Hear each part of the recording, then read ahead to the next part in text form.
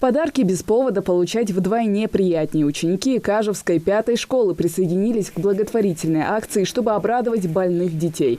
Раяна Муталиева одна из первых решила поучаствовать. Говорит, не понимает, как можно пройти спокойно мимо чужой беды. Таким детям нужно помогать, потому что некоторые не могут обеспечить себя с такими лекарствами крупными. И наша школа приняла в нем участие в благотворительном фонде. И Диана Зинха, наша завуч по воспитанию части, тоже в нем приняла участие. Мы ей очень сильно благодарны. Наши подарки очень красивые, хорошие. Я надеюсь, они оценят их. Диана Зинха, воспитательной части, завучитха. Ту нокостал да, подарок шагул я береште, вторую чана нокостал я шлютхо. Проводит благотворительную акцию Ассоциация «Новая жизнь» совместно со школьниками. Они радуют детишек, оказавшихся в непростой жизненной ситуации. Первый в списке адресатов – семья Муталиевых. У них 3 детей, один из них особенный. Реакция ребят на аниматоров с подарками неоднозначная.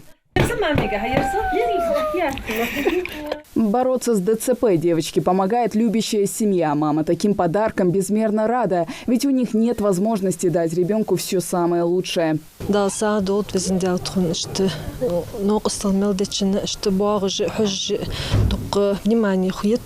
стороны благотворительных групп КДЛ, с этих сторон, что очень приятно бывает, когда внимание оказывают своему ребенку. Малоимущие, многодетные семьи с особенными детьми. Волонтеры занимаются благотворительностью не первый год. У них есть свой составленный список. Не обошли стороной детский дом-интернат в селении Троицкое. Зайти вовнутрь в связи с пандемией гости не решаются. Однако аниматоры придумали выход из ситуации.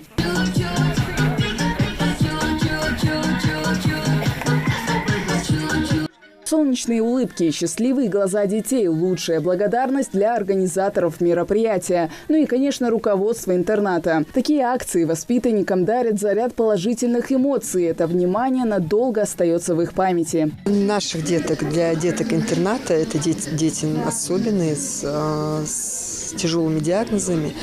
Поэтому для них очень важно и очень значимо вот такое посещение и волонтеров, и других организаций, всех желающих.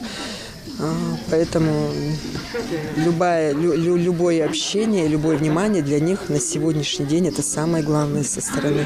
За сегодняшний день организаторы раздали более 40 подарков вместе со сладкими угощениями и мягкими игрушками. Однако на этом акция не заканчивается. Она охватит и другие районы. Хава Газиков, Магомед Белакиев. Новости 24.